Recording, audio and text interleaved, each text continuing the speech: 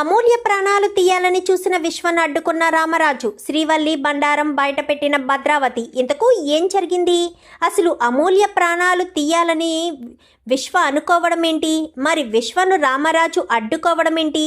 శ్రీవల్లి బండారం భద్రావతి బయట పెట్టడం ఏంటి? ఇదంతా కూడా వీడియోలో చూసి తెలుసుకునేద్దాం. ఇల్లు ఇల్లాలు పిల్లలు అప్కమింగ్ ఎపిసోడ్స్లో ఏం జరగబోతుందో ముందుగా తెలుసుకోవాలి అనుకుంటే వీడియోని లైక్ చేసి ఛానల్ని సబ్స్క్రైబ్ చేసుకోండి. మొత్తం మీరు చూసుకున్నట్లయితే ఇంకా సాగర్ అయితే విషయం మొత్తం కూడా నర్మదకు చెప్పేస్తాడు.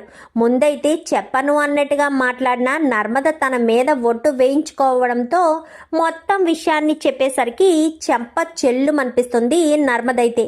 అసలు నువ్వు ఏం చేసావో నీకేమైనా అర్థమవుతుందా? పోయి ఆ వనజగారి డబ్బులు నువ్వు ఎలా తీసుకుని ఉద్యోగాన్ని కొనుక్కున్నావు సాగర్? నువ్వు నీ టాలెంట్తో ఉద్యోగం సంపాదించాలి అని చెప్పానే తప్ప నువ్వు లంచం ఇచ్చి మరీ ఉద్యోగాన్ని కొనుక్కోవాలి అని ఏ రోజు నీకు నేను సలహా ఇవ్వలేదు. అయినా ఆవిడ డబ్బులతో నువ్వు ఉద్యోగం కొనుక్కోవడం ఏంటి? అది మీ నాన్నగారు పరువు, మీ నాన్నగారి గౌరవం. తెల్లారితే డబ్బులు తీసుకొచ్చి ఇవ్వాలి అని చెప్పి మీ నాన్నగారు చెప్పారు. ఎక్కడి నుంచి తీసుకొచ్చి ఇద్దామనుకున్నావు? అసలు ఏ ధైర్యంతో 20 లక్షల రూపాయలు వాడుకున్నావు? 5 లక్షలైతే రైస్ మిల్లు డబ్బులు అనుకోవచ్చు, కానీ 20 లక్షలు ఆవిడిచ్చిన డబ్బులే కదా. పైగా అమూల్యను ఆ ఇంటి కోడల్ని చెయ్యలేదని ఆవిడేమో చాలా కోపంగా ఉంది. పైగా మామయ్య గారు అమూల్య చేసిన ద్రోహానికి, అమూల్య తొందరపడి తీసుకున్న నిర్ణయానికే మామయ్య గారు కుమిలిపోతున్నారు. ఇప్పుడు మళ్ళీ ఇలాంటి సమస్య వచ్చింది అంటే మామయ్య గారు తట్టుకోగలరా? నేను ఇంట్లో ఉండలేను. ఇప్పటికే నిన్ను నేనే గవర్నమెంట్ ఉద్యోగం చేయమని చెప్పానని, సలహా ఇచ్చానని ఇంట్లో వాళ్ళంతా అంటున్నారు. మీ నాన్నగారి నుంచి దూరం అవ్వమని నేను ఏ రోజు నీకు చెప్పలేదు. నేను మా అమ్మ వాళ్ళ ఇంటికి కూడా వెళ్తానని కూడా నీకు ఏ రోజు చెప్పలేదు. అయినా సరే నువ్వు నా మాట వినకుండానే నువ్వు వెళ్ళావు. ఇప్పుడు మళ్ళీ ఇలాంటి సమస్య తీసుకొచ్చావు. ఇప్పుడు నేను ఏం చేయాలో నాకు అర్థం కావట్లేదు. ఇక మీదట నేను ఇంట్లో ఉండను అని చెప్పి ఇంకా తన లగేజీ తీసుకుని అక్కడి నుంచి బయలుదేరబోయేసరికి, నువ్వు వెళ్తే నేను చనిపోతాను నర్మదా అని చెప్పాను, కానీ ఏంటి ప్రాణాలు తీసుకుంటాను అని చెప్పి నువ్వు నాకు వార్నింగ్ ఇస్తున్నావా? ఎమోషనల్ బ్లాక్మెయిల్ చేస్తున్నావా అనగానే, లేదు నర్మదా, నువ్వు లేని జీవితం నాకు శూన్యం. నీకోసమే నేను ఇలాంటి పని చేయాల్సిన పరిస్థితి వచ్చింది. అదే నాకు భయంగా ఉంది.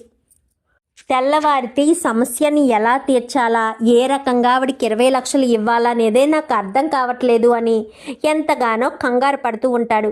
ఇప్పుడు ఏం చేద్దామనుకుంటున్నావు సాగర్? ఆ 20 లక్షలు ఎక్కడి నుంచి తీసుకొద్దామనుకుంటున్నావు అని చెప్పాను, కానీ అదే నాకు తెలియడం లేదు నర్మదా. నువ్వే ఏదో ఒక దారి చూపించు. ఇప్పుడు ఈ సమయంలో నువ్వు తప్ప నాకు వేరే ఆప్షన్ లేదు, నాకు వేరే దారి కూడా లేదు. నువ్వే నన్ను కాపాడాలి, నువ్వే నన్ను కాపాడగలవు కూడా అంటూ ఇంకా నర్మదకైతే సాగర్ చెప్తాడు. చెప్పేసేసరికి నర్మద ఏం చేయాలో అర్థం కాక తల పట్టుకుని కూర్చుంటుంది. ప్లీజ్ నర్మద, నువ్వు తొందరపడి ఎలాంటి నిర్ణయం తీసుకోవద్దు. నువ్వు లేకపోతే నేను ఉండలేను, నేను చనిపోతాను, నేను నా ప్రాణాలు తీసుకుంటాను అంటూ సాగరు ఏడ్చేసరికి, ఇప్పుడు నేను ఏం చేయాలి సాగర్? 20 లక్షల రూపాయలు ఎక్కడి నుంచి తీసుకురావాలి? అసలు నీకు ఈ సలహా ఇచ్చింది ఎవరు అని చెప్పాను, కానీ అది మాత్రం అడగొద్దు అనగానే, అడగొద్దు అంటున్నావంటే ఎవరు నీకు ఈ సలహా ఇచ్చారు? సరే చెప్పకు, నువ్వు ప్రాణాలు తీసుకుంటానంటున్నావు కదా, తీసుకుంటే తీసుకో, నేను ఇక్కడి నుంచి వెళ్ళిపోతున్నాను. అయినా నీకు సలహా ఇచ్చిన వాళ్ళే నీకు ముఖ్యం, కానీ నేను నీకు ముఖ్యం కాదు అని చెప్పి ఇంకా నర్మద కాస్త వెళ్ళబోయేసరికి, లేదు చెప్తాను, మావయ్యే నాకు సలహా ఇచ్చారనేసరికి ఒక్కసారిగా నర్మద షాక్ అయిపోతుంది. ఇంకా ఏం చేయాలో అర్థం కాదు నర్మదకైతే. పిచ్చి పట్టినట్టుగా ఇంకా తలుపులు వేసుకుని ఏడవడం మొదలు పెడుతుంది. ప్లీజ్ నర్మద, నువ్వు అలా ఏడవద్దు నర్మద అనగానే, ఏడుపు తప్ప నాకేం మిగిల్చావు సాగర్? నువ్వు చక్కగా మూటలు మోసుకున్నా కానీ బాగానే హ్యాపీగానే ఉన్నాను. ఇప్పుడు ఈ జాబ్ సంపాదించడం వల్ల నాకు పెద్ద సమస్యను తెచ్చిపెట్టావు. ఇప్పుడు నేనేం చేయాలో కూడా అర్థం కాని పరిస్థితిలో, దిక్కుతోచని స్థితిలో నన్ను నిలబెట్టేశావు అంటూ ఎంతగానో బాధపడుతూ ఉంటుంది నర్మదైతే. ఇంకిక్కడ ఇలా ఉండేసరికి ఇంకా అమ్మా నాన్న ఎలా ఉన్నారు, నాన్న ఆరోగ్యం ఎలా ఉంది అని ఆలోచించుకుంటూ అమూల్య కాస్త లోపలికి వచ్చేస్తుంది.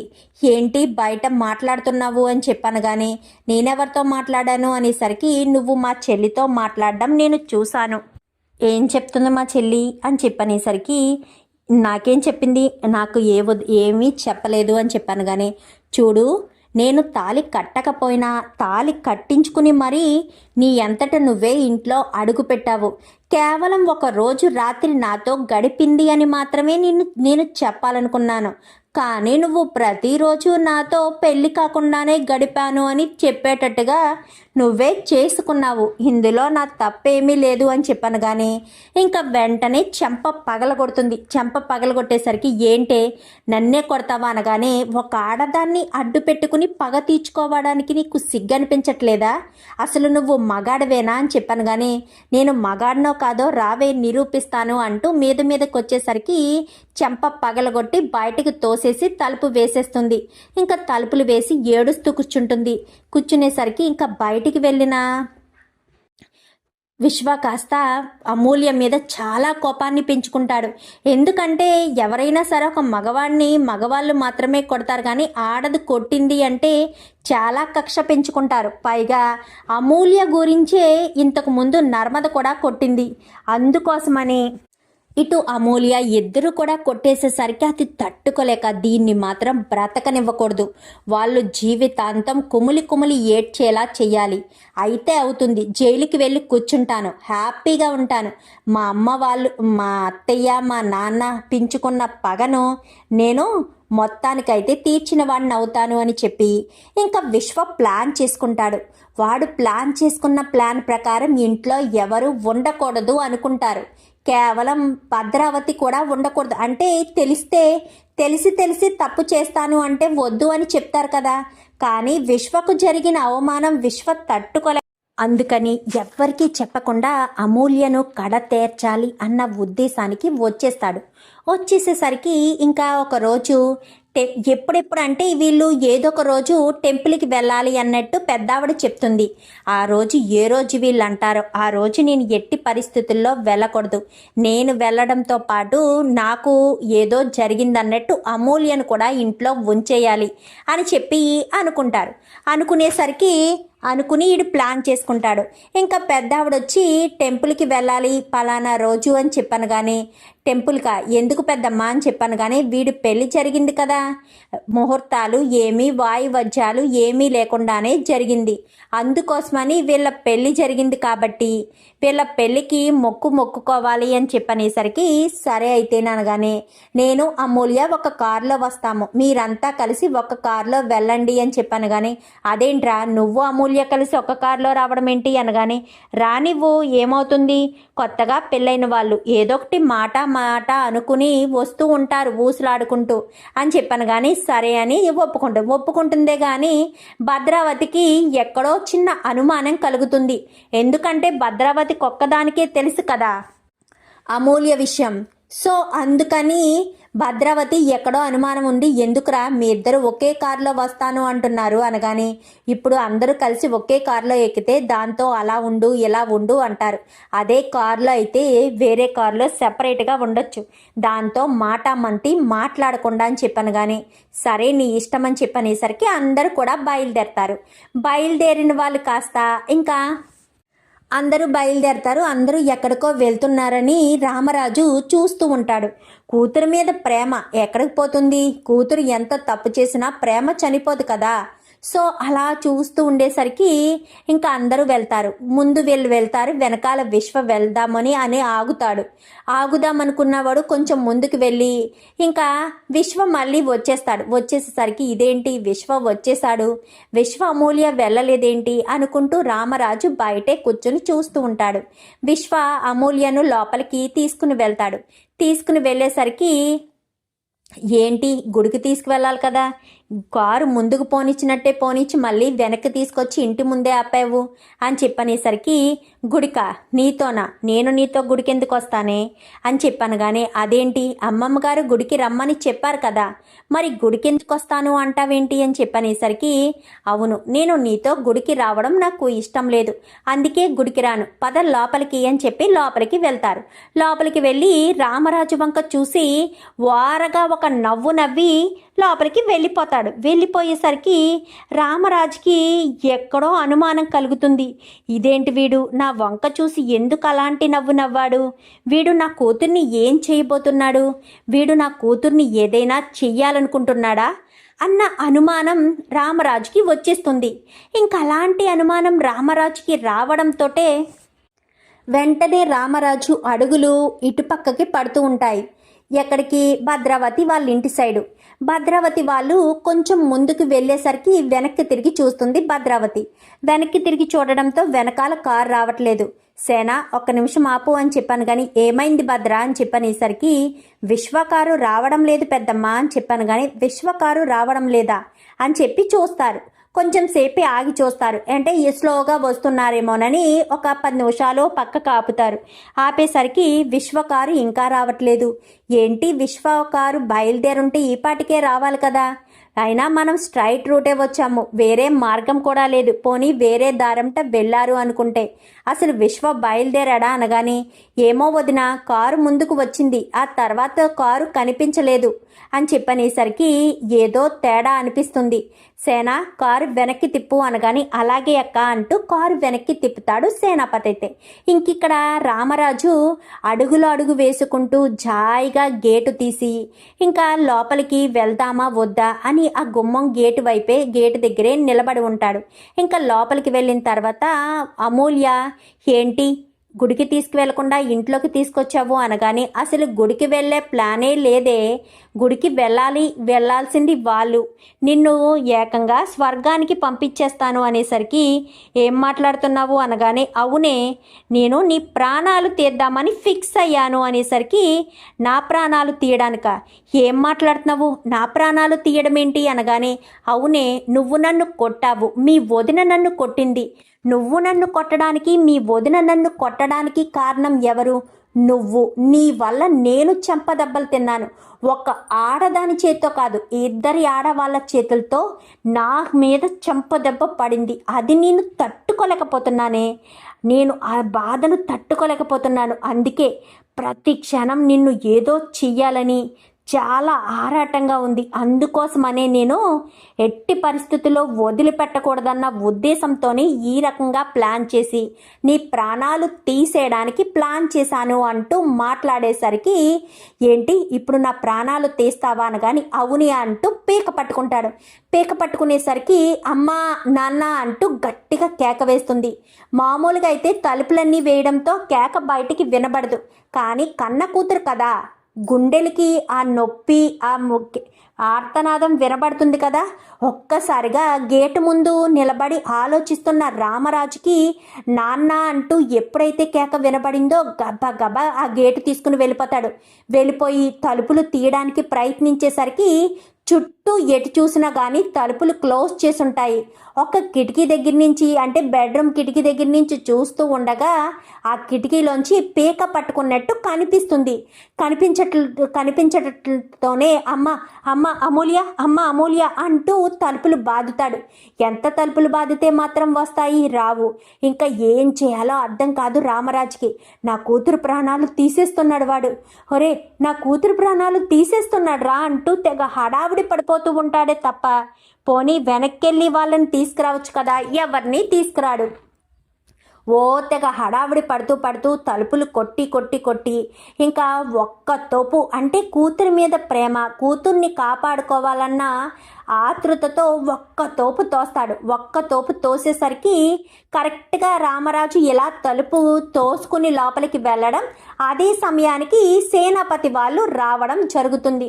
వచ్చేసరికి ఇదేంటి రామరాజు మన తలుపులు పగలగొడుతున్నాడు అని అనుకుంటూ గబగబా కారు దగ్గర వస్తారు.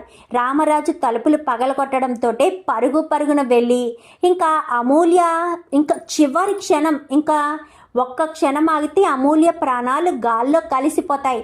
అలాంటి సమయంలో వెళ్ళి విశ్వను ఒక తోపు తోసి అమూల్యను పట్టుకుంటాడు రామరాజు. అమ్మ అమూల్య అని చెప్పాను కానీ అని ఒక్కసారిగా తన ఊపిరిని ఊపిరి కింద చేసుకుని అన్నట్టు ఊపిరి ఆడించేసరికి అమూల్యను అక్కడ కూర్చోపెట్టి విశ్వను చిత్త కొట్టుడు కొడతాడు. హాల్లోకి తీసుకొచ్చి కింద పడేసి కొట్టి కొట్టి కొట్టి కొట్టి తెగ కొడతాడు. కొట్టేసరికి రామరాజు వదలరా అనగాని నా కూతురు ఏం తప్పు చేసిందిరా, నా కూతురు ప్రాణాలు తీయడానికి ప్రయత్నిస్తున్నావు అని చెప్పాను కానీ ఏం మాట్లాడుతున్నావు రామరాజు అని చెప్పాను కానీ అవును అత్తయ్య గారు, అమూల్యని ఎలా ఉందో ఒక్కసారి చూడండి అనేసరికి గదిలోకి వెళ్ళడంతో అమూల్యకు ఒళ్ళంతా చెమటలు పట్టేసి ఇంకా అమూల్య ఊపిరి తీసుకోవడం కూడా కష్టమైపోతుంది. అమ్మ అమూల్య అంటూ ఇంకా రేవతి అయితే అమూల్య మొహం మీద కొన్ని నీళ్లు చుక్కలు కొట్టి మంచినీళ్ళు తాగిస్తుంది. తాగించి కూర్చోబెట్టేసరికి అసలు ఏమైందమ్మా అమూల్య అని చెప్పాను కానీ అత్తయ్య అంటూ ఇంకా రేవతిని అమ్మమ్మ గారు అంటూ పట్టుకొని ఏడవడం మొదలు పెడుతుంది.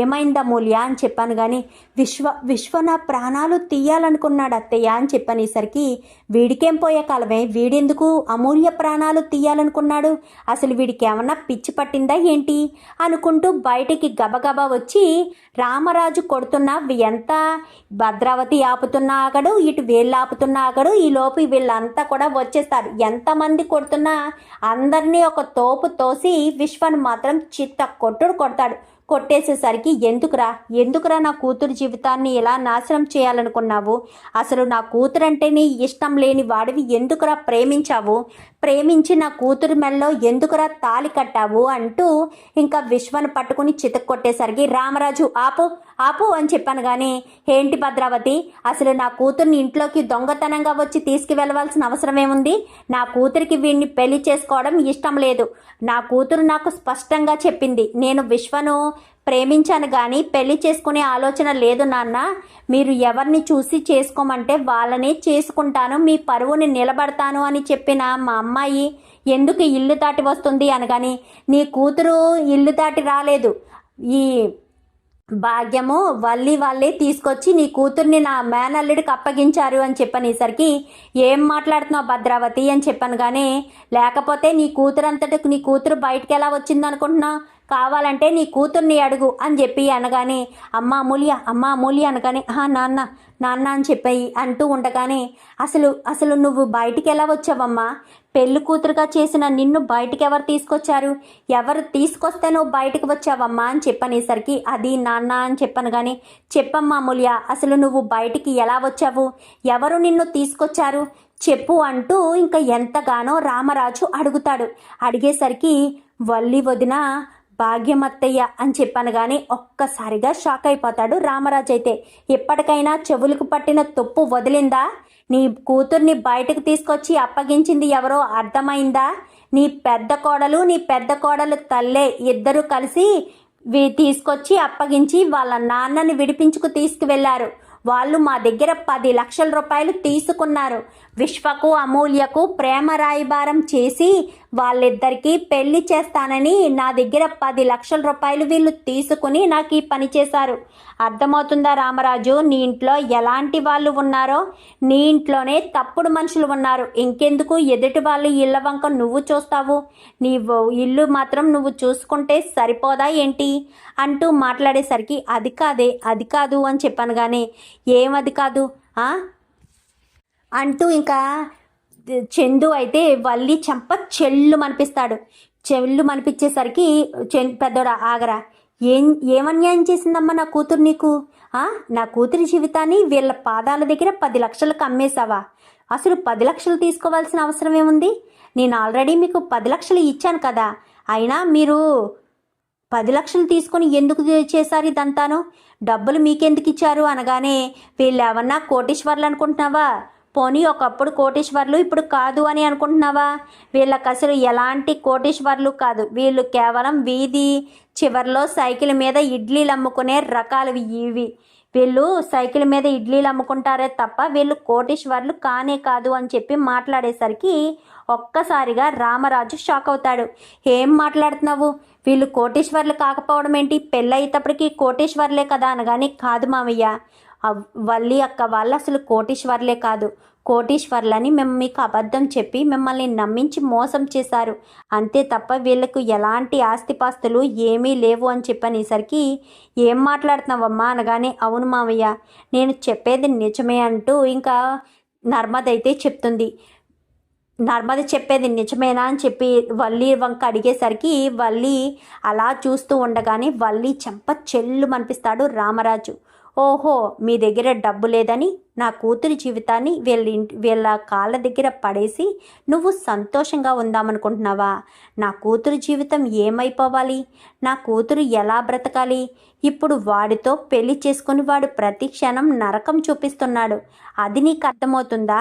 నువ్వెందుకు ఇలా ప్రవర్తిస్తున్నావో అర్థం కావట్లేదు అంటూ ఎంతగానో ఏడుస్తూ ఉంటాడు. ఏడుస్తూ ఉండేసరికి ఇంకా రామరాజు అయితే అమ్మ అమూల్య అని చెప్పాను కానీ నాన్న అంటూ పట్టుకుని ఏడుస్తూ ఉంటుంది. ఈ నాన్న నేను నిజంగా తప్పు చేయలేదు నాన్న, నీ పరువు కాపాడడం కోసమే ఈ తాళిని నా మెడలో కట్టుకున్నానే తప్ప నేను విశ్వని పెళ్లి చేసుకోలేదు నాన్న. నీ పరువు తీసే పని నేను ఎప్పటికీ చెయ్యను నాన్న, నేను నీ కూతుర్ని నాన్న అని చెప్పనేసరికి అవునమ్మా నువ్వు నా కూతురివి, నా కూతురు తప్పు చేయదు, నాకు ఆ నమ్మకం ఉంది. అసలు విశ్వగాడితో ప్రేమలో అసలు ఇదంతా వల్లి వదిన వల్లే నాన్న, అన్నిటికీ సూత్రధారి వల్లి వదినే. వల్లి వదిన చెయ్యమన్నట్టే నేను చేశాను. వల్లి వదినే తప్ప నాకు వేరే ఎవరూ కూడా ఏమీ చెప్పలేదు. వల్లి వదిన చేయడం వల్లే నా జీవితం ఇలా అయ్యింది అని చెప్పి రామరాజు కాస్త ఎంతగానో బాధపడుతూ చెప్తూ ఉంటాడు. రామరాజుకి అమూల్య కళ్ళంట నీళ్లు పెట్టుకుని చెప్పడంతో ఇంకా అమూల్యను తీసుకుని ఆ మెడలో తాళి తీసి వాడి మొహాన్ని కొట్టి అనగానే మెడలో తాళి తీసి కింద పడి ఉన్న వాడి మొహాన్ని కొట్టి ఇంకా అక్కడి నుంచి అమూల్యనైతే రామరాజు ఇంటికి తీసుకొచ్చేస్తాడు. ఇంకా వల్లి వెనకాల ఛాయగా వస్తూ ఉంటుంది. వల్లి రావడం చూసి వల్లిని రామరాజు గుమ్మం దాకా రానిచ్చి అక్కడే ఆగు, నువ్వు ఇంటి పెద్ద కోడలివి అని ఓ తెగ వెర్రవీగుతావు కదా, ఇంటి పెద్ద కోడలు చేసే పని ఇదేనా? కూతుర్ని కాపురానికి పంపించి కూతురు కాపురం బాగుండాలని కోరుకోవాలి తప్ప కూతురు కాపురం మాత్రమే బాగుండాలి, ఆ ఇంటి ఆడపిల్ల జీవితం ఏమైపోయినా పర్వాలేదు, ఎలాంటి వెధవ దగ్గరైనా సరే ఆ పిల్ల జీవితాన్ని తాకట్టు పెట్టి ఆ డబ్బులు మనం సంతోషంగా జల్సాలు చేసుకోవడానికి ఉపయోగించుకోవాలి అని చూసే మీలాంటి బుద్ధి గల వాళ్ళు నా ఇంట్లో ఒక్క క్షణం కూడా ఉండడానికి వీల్లేదు. మీకు మాకు ఏ సంబంధం లేదు, ఇక మీదట మీ కూతుర్ని మీ ఇంటికే తీసుకువెళ్ళండి, మా ఇంట్లో మీ కూతుర్ని ఉంచడానికి వీల్లేదు అంటూ మాట్లాడేసరికి అది కాదన్నయ్య మీరు అంత మాట అనొద్దు, తను బాధపడుతుంది, తన జీవితం నాశనం అయిపోతుంది అని చెప్పాను. కానీ ఎవరి జీవితం నాశనం అయిపోతుంది? మీ కూతురి జీవితమా? మీ కూతురి జీవితం నాశనం అయిపోతుంది అని చూసుకుంటున్నారే తప్ప నా కూతురు భవిష్యత్తు ఏమవుతుంది అని మీరు ఏమన్నా పట్టించుకున్నారా? ఈ విశ్వగాడి దగ్గర నా కూతురు జీవితం నాశనం అయిపోయింది. కేవలం నా పరువు కాపాడడం కోసం నా కూతురు వాడు తాళి కట్టకుండానే కట్టకపోయినా నా పరువు కాపాడడం కోసం నా కూతురు తన మెడలో తనే తాళి వేసుకుంది. అలాంటి నా కూతురి జీవితాన్ని నాశనం చేశారు వీళ్ళు. మిమ్మల్ని మాత్రం వదిలిపెట్టను. కానీ మీకు కూతురుంది కాబట్టి నా కూతురికి లాగే మీ కూతురికి అన్యాయం జరగకూడదన్న ఉద్దేశంతోనే మిమ్మల్ని ఎలాంటి శిక్ష విధించకుండా మిమ్మల్ని ఇక్కడి నుంచి వెళ్ళిపోమని చెప్తున్నాను. దయచేసి నా ఇంటి నుంచి వెళ్ళిపోండి. ఒక్క క్షణం కూడా మీరు నా ఇంట్లో ఉండడానికి వీల్లేదు చందు అని చెప్పాను. కానీ అలాగే నాన్న అంటూ ఇంకా వల్లికి సంబంధించినవన్నీ కూడా తీసుకొచ్చి బయట పడేస్తారు. బయట పడేసేసరికి నాన్న అని చెప్పి ఇంకా మావయ్య గారు అంటూ బ్రతిమాలుతుంది. చూడమ్మా వల్లి, నువ్వు నన్ను బ్రతిమాలినా నా మనసు కరగదు. ఎందుకంటే ఈరోజు నా కూతురికి ఇలాంటి దీన స్థితి రావడానికి కారణం నువ్వు. నీ కాపురం మాత్రమే బాగుండాలి, ఎదటోళ్ళు కాపురాలు నాశనం అయిపోయినా పర్వాలేదు అని ఆలోచించే నీ ఆలోచన ఈ ఇంట్లో కోడలిగా ఉండడానికి పనికిరాదు. ఈ ఇంటి కోడలికి అందరూ బాగుండాలి, ఆ కుటుంబంలో నేనుండాలి అని కోరుకునే మనస్తత్వం ఉన్న కోడలే ఇంట్లో మనిషిగా, ఇంటి కోడలుగా పనికొస్తుంది అంటూ రామరాజు కాస్త చెప్తాడు. చెప్పేసరికి అది కాదు మావయ్య అనగానే, నర్మద వెళ్ళి తలుపేసామ్మా అని చెప్పాను. కానీ అలాగే మావయ్య అంటూ నర్మద వెళ్ళి ఇంకా వల్లి మొహం మీదే తలుపు వేసేస్తుంది. తలుపు వేసేసేసరికి ఇంకా నర్మద ఇటు ఆనందరావు భాగ్యం ముగ్గురు కూడా ఈ గుమ్మం బయటే ఉండిపోతారు. ఏంటి అమ్మడు ఇలా జరిగిందనగానే, నాకు ముందే తెలుసమ్మా ఏదో ఒక రోజు నాకు ఇలాంటి పరిస్థితి వస్తుందని. ఇలాంటి స్థితి వచ్చినప్పుడు నా పరిస్థితి ఏమవుతుందో కూడా నేను చెప్పలేను అంటూ ఎంతగానో బాధపడుతూ, నాకు ముందే తెలుసు, అబద్ధాలు చేసి మోసం చేసి పెళ్లి చేసావు, ఆ పెళ్లి నిలబడుతుందనుకున్నావా, ఏదో ఒక రోజు ఇదే సమస్యగా మారి ఇలా బయటకు వచ్చేసేది అని చెప్పి వల్లి భాగ్యం ఇద్దరు మాట్లాడుకుంటారు. చూద్దాం మరి రాబోయే ఎపిసోడ్స్లో ఇలాగే జరగాలని మీరు కూడా కోరుకుంటే వీడియో నచ్చితే లైక్ చేసి ఛానల్ని సబ్స్క్రైబ్ చేసుకోండి. Thank you.